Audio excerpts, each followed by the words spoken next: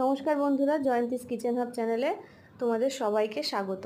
আজ তোমাদের সাথে আমি শেয়ার করব বাদশাহী পনিরের রেসিপিটি শুরু করার জন্য আমি বেশ কিছু পনির নিয়ে সেগুলোকে ডুমো ডুমো করে কেটে নিয়েছি। এরপর একটি পাত্রে নিয়ে নিলাম সর্ষের তেল, তার মধ্যে দিয়ে দিলাম নুন, হলুদ, লঙ্কা গুঁড়ো, জিরে গুঁড়ো, ধনে গুঁড়ো আর দিয়ে দিলাম ভেজে রাখা কাসুরি মেথি। হাত দিয়ে একটু ম্যাশ করে ভালো করে একটা ব্যাটার বানিয়ে নিলাম।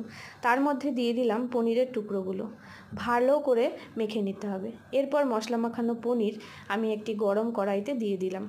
এক্সট্রা তেল দেবো না, যেহেতু তেল দেওয়াই ছিল। এরপর একটি জায়ফল গুঁড়ো করে দিয়ে দিলাম। বেশ কিছুক্ষণ ভেজে নিতে হবে। এদিকে চারমগজ আর কাজু বাদাম নিয়ে আমি সিদ্ধ করে মিক্সিং করে একটা ব্যাটার বানিয়ে নিয়েছি। তার মধ্যে দিয়ে দিলাম একে একে টক দই, জিরে গুঁড়ো, ধনে গুঁড়ো, নুন, হলুদ। ভালো করে একটা ব্যাটার বানিয়ে নিলাম, ঠিক এইরকম। এরপর ফোড়নের জন্য নিয়ে নিলাম শুকনো লঙ্কা, জয়িত্রী, এলাচ আর সাদা জিরে। ফোড়নটা তেলে দিয়ে ফুটে ওঠার পর মশলাটা ঢেলে দিলাম। এরপর বাদবাকি মশলাটা জলে গুলে দিয়ে দিলাম। মশলাটা ভালো করে জাল হওয়ার পর আমি ভেজে রাখা কষানো পনির ওর মধ্যে দিয়ে দেবো। প্রায় 10 মিনিট রান্না করার পর ঢেকে দিলাম। ঢেকে প্রায় আরও 10 মিনিট রান্না করে আমার বাদশাহী পনির একেবারে তৈরি। ব্যাস, এই পর্যন্তই। ধন্যবাদ।